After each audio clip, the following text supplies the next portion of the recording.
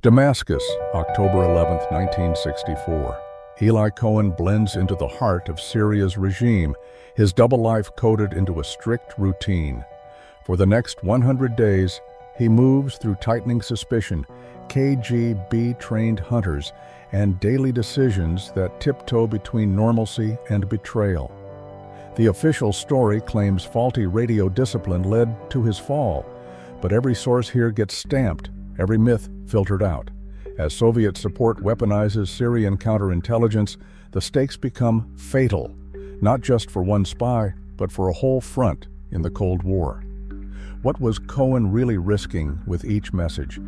And why did his handlers send him back when he asked to quit?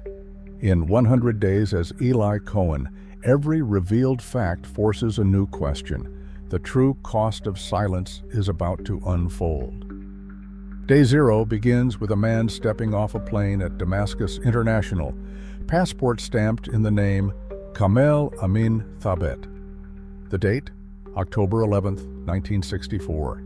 To the Syrian authorities, he is a businessman returning from Argentina, eager to reestablish his place among the city's elite.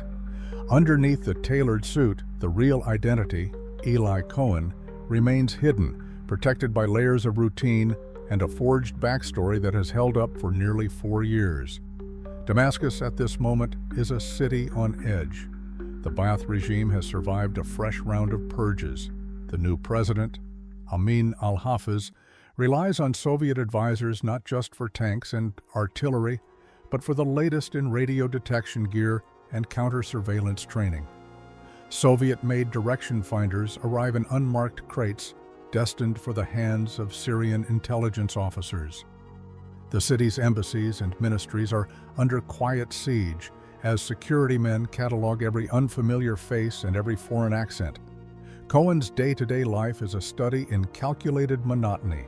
He hosts dinners for military officials, attends business meetings, and walks the same routes through the city. His apartment on Shara ibn al-Walid is both sanctuary and trap, a place where social gatherings blend into evenings spent at his radio, fingers tapping out coded reports to Tel Aviv. Each transmission is a risk measured in seconds. Syrian counterintelligence, now trained by KGB officers, listens for any anomaly in the city's static.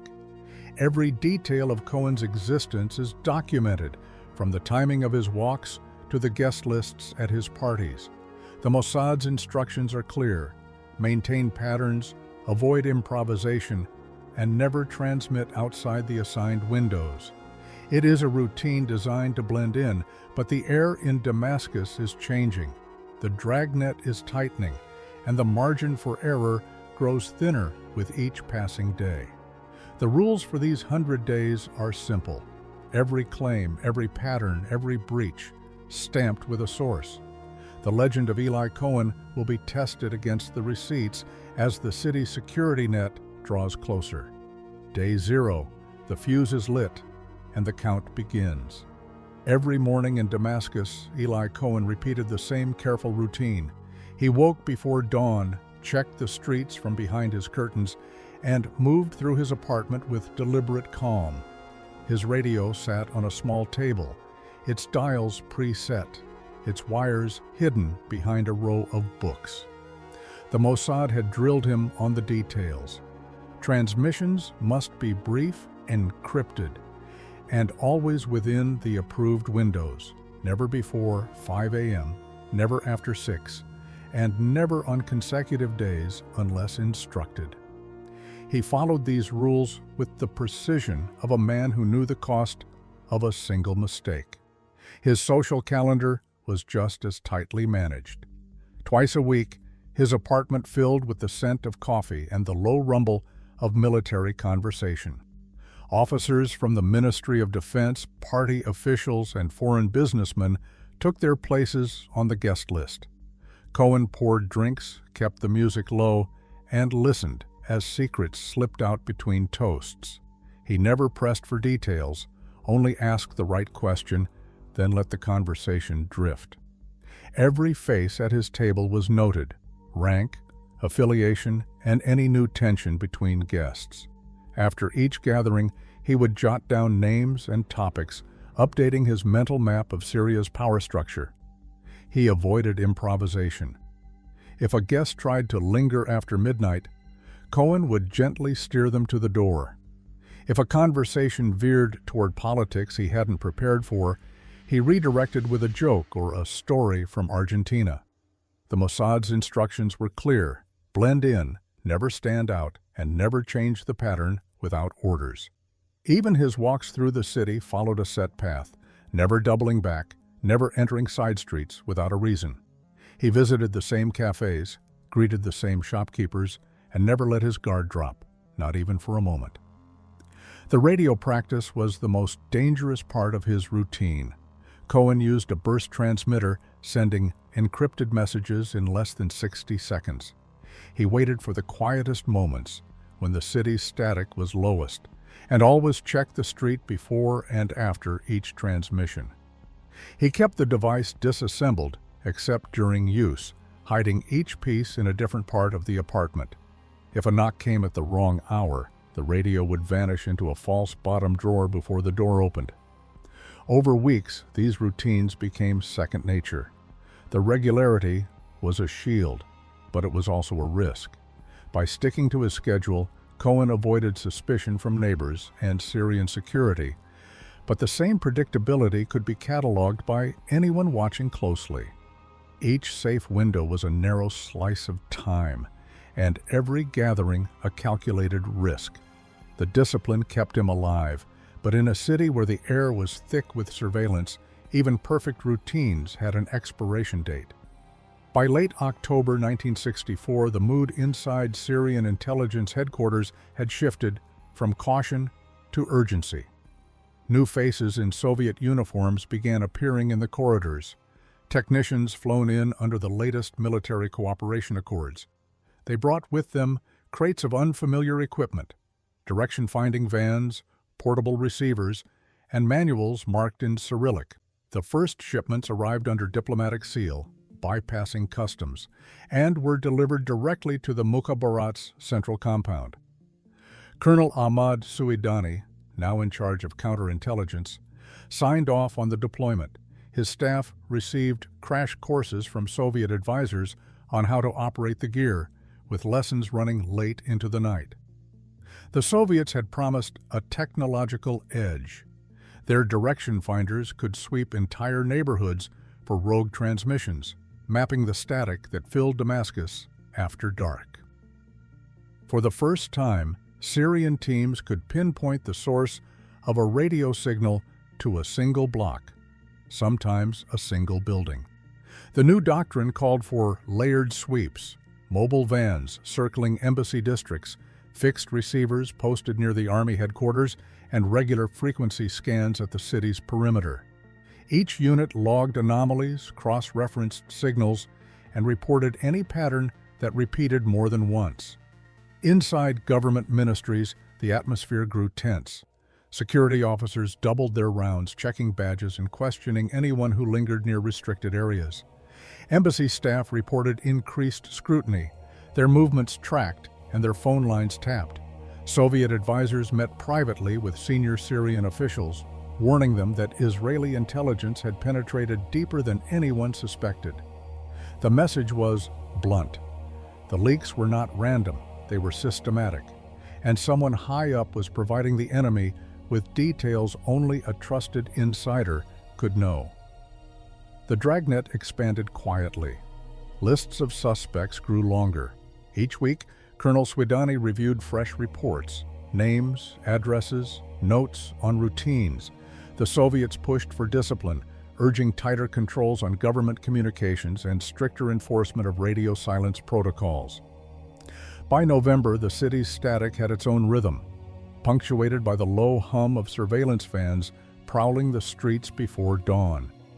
The air in Damascus felt heavier, as if every conversation and every signal was being measured, cataloged, and filed away for the day the net would close. The new tools and methods didn't just change the odds for foreign operatives, they changed the rules entirely. For Eli Cohen, the margins that once allowed safe transmission were shrinking fast. Each coded message now risked crossing an invisible tripwire set by hands trained thousands of miles away. The city's old patterns, predictable, manageable, were giving way to a vigilance that never slept. Mid-November 1964, Eli Cohen stepped through the door of his Bat Yam apartment, greeted by the noise of 3 young children and the soft cries of a newborn. For a brief window, he was just a father among family, not a man living 2 lives. His youngest, Shay, was only 21 days old. The Mossad had scheduled his home leave to coincide with the birth, but Cohen's presence in Israel was more than a routine break. He carried a heaviness his family hadn't seen before. Nadia Cohen would later recall the change in his eyes. The exhaustion was visible, not just from sleepless nights with an infant, but from the strain of 4 years spent balancing on a knife's edge in Damascus. When his handlers arrived at the apartment, they found a man who had reached his limit.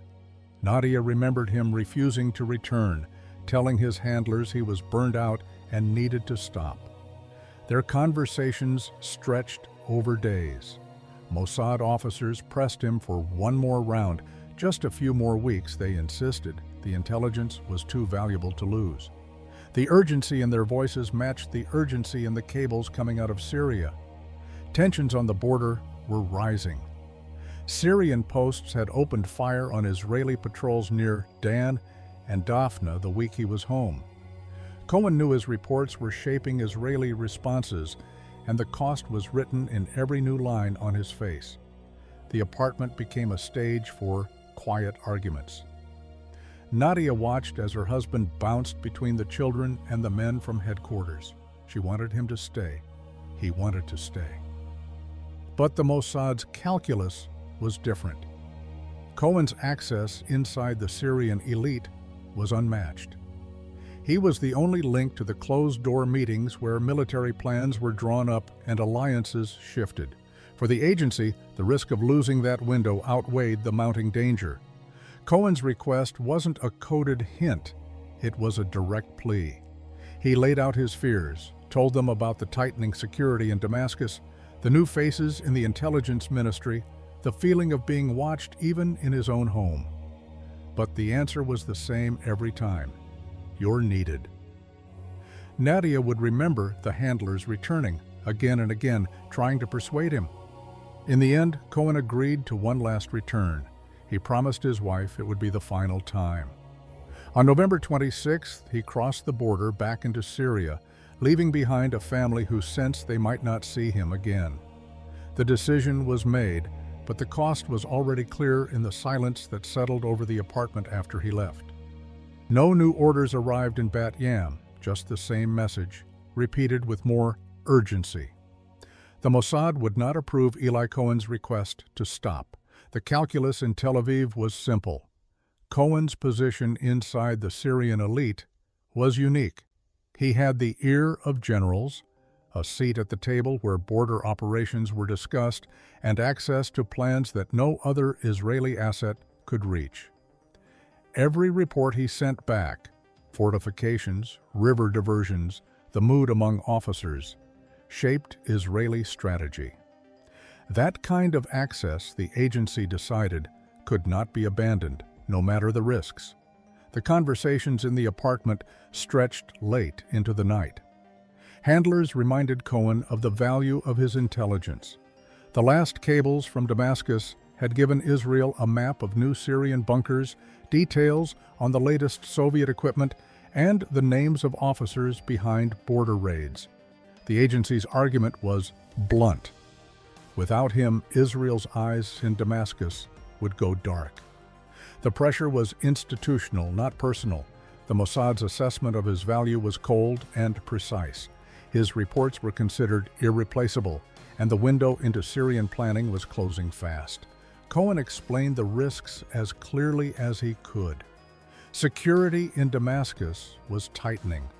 Soviet advisors were training the Mukhabarat to sweep for foreign radio signals. New faces in the ministries watched him with suspicion. He warned that his cover felt thinner with each return. Still, the answer was the same. Headquarters insisted one more trip. The border was heating up and Israeli patrols had been fired on near Dan and Daphna that very week. The agency needed his eyes and ears in place, especially now. The decision was not left to Cohen.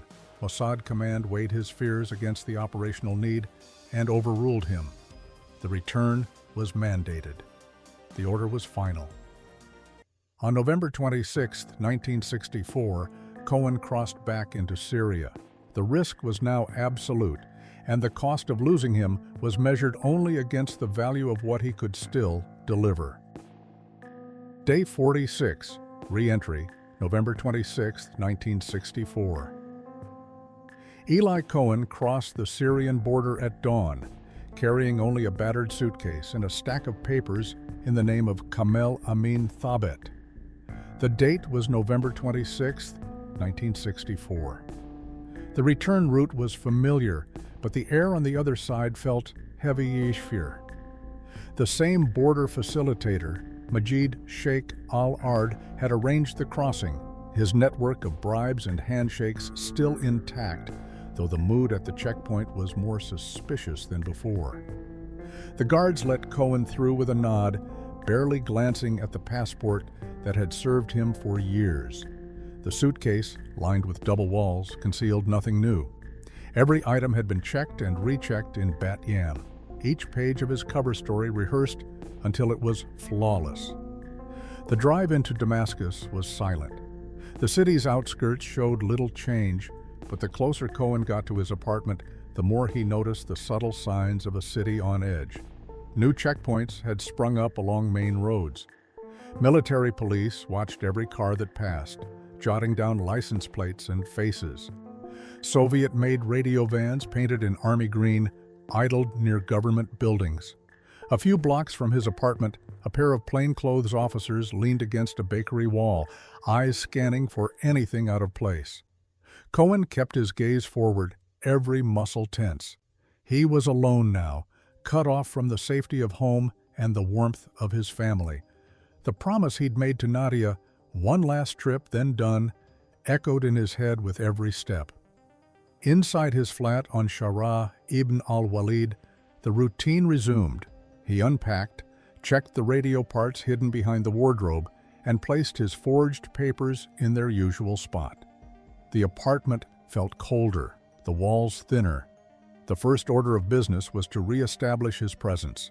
Within hours, word spread through his social circle. Thabet was back from Argentina, eager to host.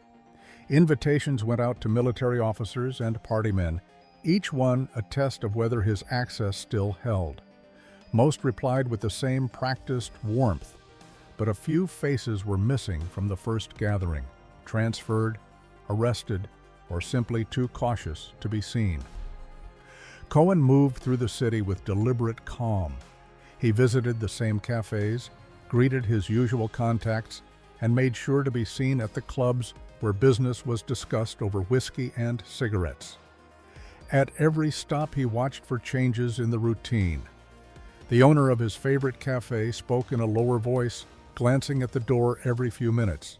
A colonel who once bragged openly about border deployments now kept his answers vague, eyes darting to the men at the next table.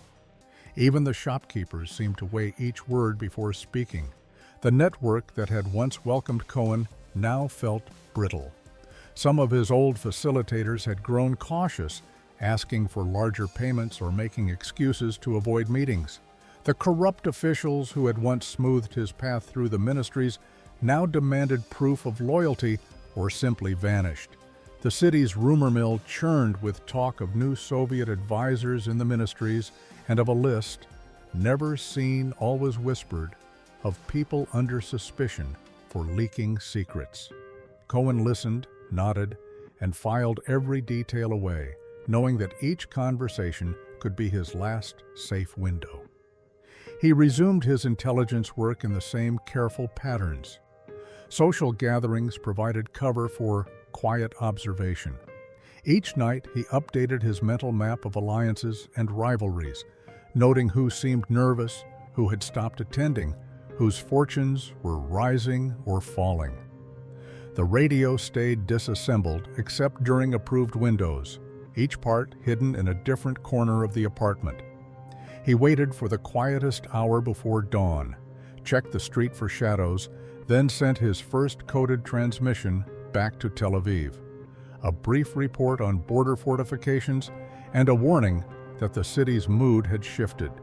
Every action from this point forward carried a new weight. The border crossing had been clean, but the safety net was gone.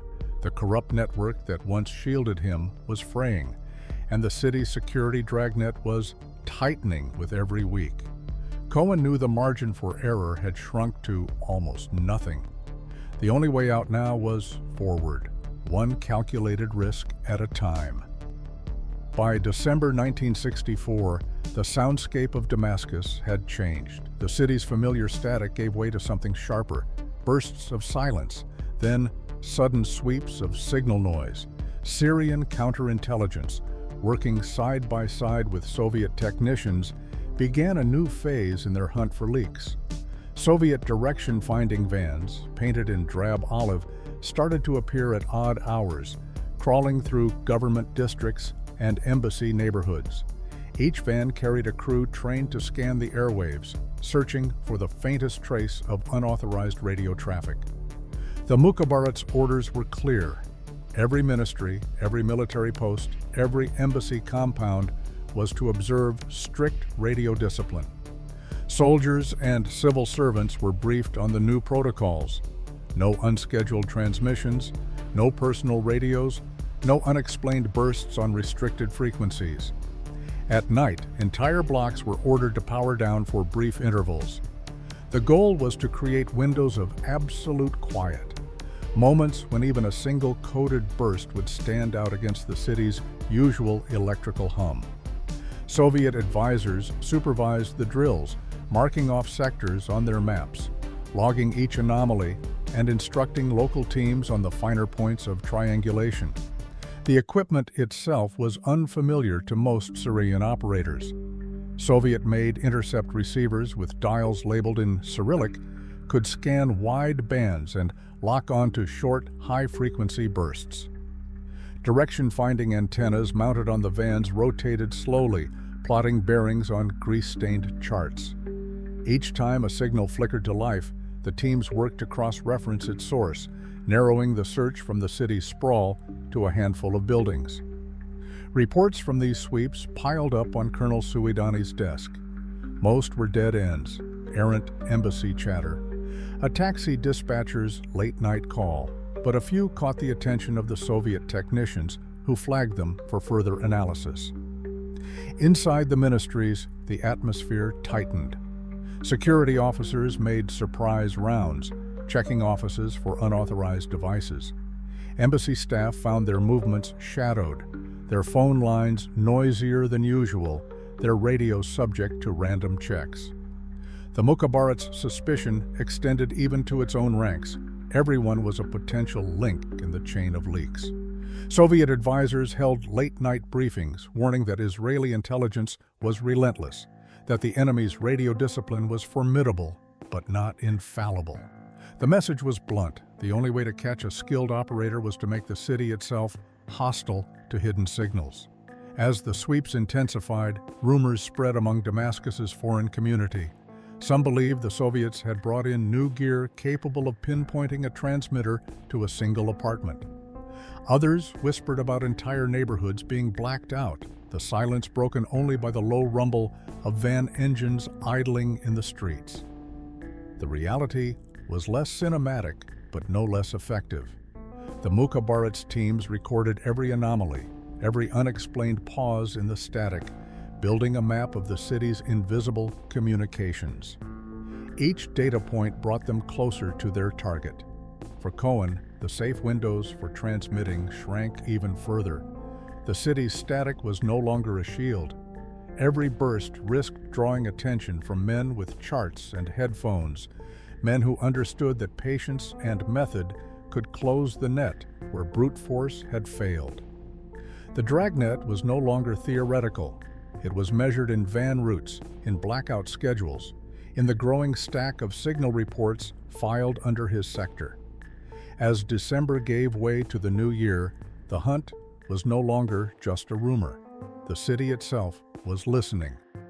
Two versions of the hunt for Cohen now sit side by side in the archives. The official account, recently confirmed by Mossad Director David Barnea, lands on technology. In this telling, Syrian counterintelligence, working with Soviet experts, deployed advanced radio direction-finding vans across Damascus. The new equipment, shipped in under diplomatic seal, could scan wide frequency bands for short, encrypted bursts.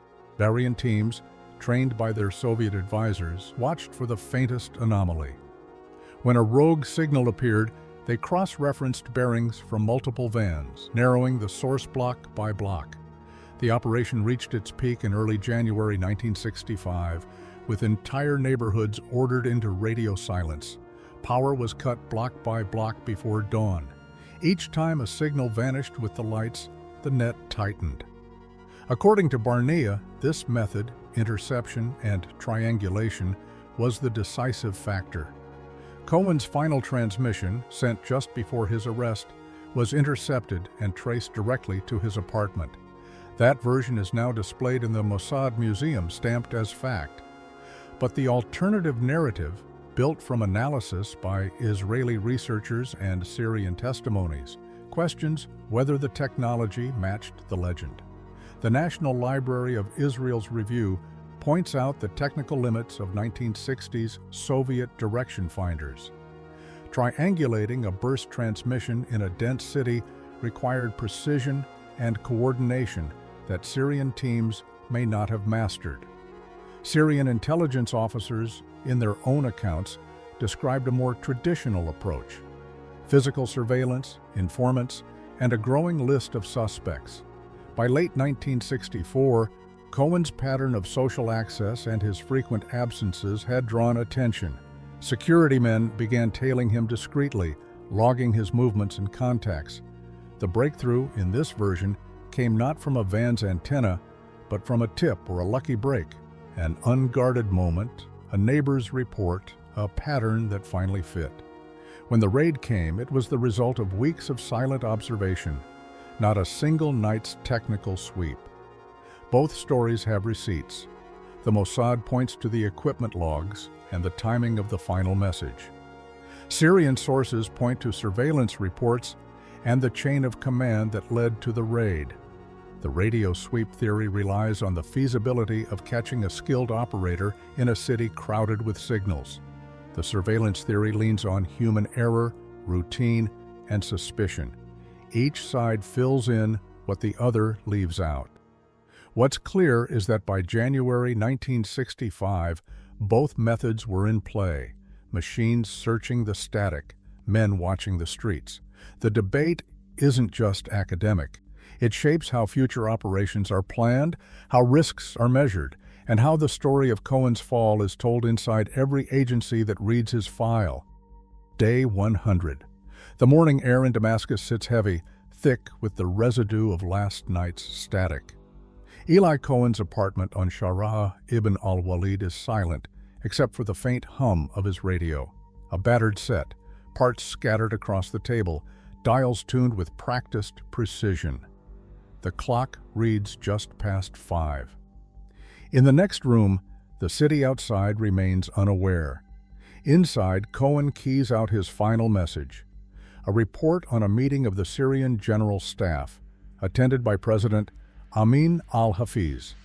The details are urgent: border deployments, shifts in command, a hint at new Soviet shipments. The message is brief, encrypted, transmitted in a burst. Across the city, Syrian counterintelligence teams sit poised over receivers. Soviet direction-finding vans, painted in drab olive, idle near government blocks. For weeks, these teams have mapped the city's radio landscape, cutting power block by block, listening for a signal that breaks the silence. This morning, the pattern holds: a short, high-frequency burst, triangulated within seconds. Bearings converge on Cohen's building. The men in the van exchange clipped words. Orders are relayed. The net closes. Syrian security moves fast. The stairwell fills with boots. A fist hammers the door. Cohen, still at his table, has seconds to react. There's no time to dismantle the set or hide the codebook. The door splinters. Security men pour in, Mukhabarat officers, a Soviet technician behind them, eyes scanning the room for the transmitter. Cohen is pulled from his chair. The radio, still warm, is seized. Notebooks, ciphers, and a sheaf of coded messages are swept into evidence bags. The apartment is turned inside out. Every drawer, every false panel, every trace of his double life is cataloged and bagged. Cohen, handcuffed and silent, is led down the stairs past neighbors who avert their eyes. The van doors slam. By the time the sun rises, the flat is stripped bare. No sign left of the man who, for 4 years, had listened and reported from the heart of Syrian power. Back at headquarters, the intercepted message is decrypted and matched to the meeting notes from the night before. The Mukhabarat logs the time, January 19, 1965. The last cable from Kamel Amin Thabet is stamped, filed, and locked away. The breach is complete. The radio falls silent. Day 100 ends not with a farewell, but with the abrupt cut of transmission. A line gone dead, a legend severed mid-sentence. Israeli war planners gathered in Tel Aviv in the months before June 1967, facing a map of the Golan Heights that was anything but abstract. The details on those maps, every trench, every gun emplacement, the location of tank traps and artillery nests, matched precisely with the reports sent by Eli Cohen during his 4 years in Damascus. His dispatches had gone beyond general assessments. He listed the positions of Syrian bunkers, the depth of their defenses, and the layout of command posts overlooking Israeli settlements. Military briefings leading up to the Six-Day War referenced this catalog of fortifications. The intelligence was not just a collection of rumors or second-hand accounts. It arrived as diagrams, lists, and personal observations, each one cross-checked against aerial reconnaissance and ground patrols.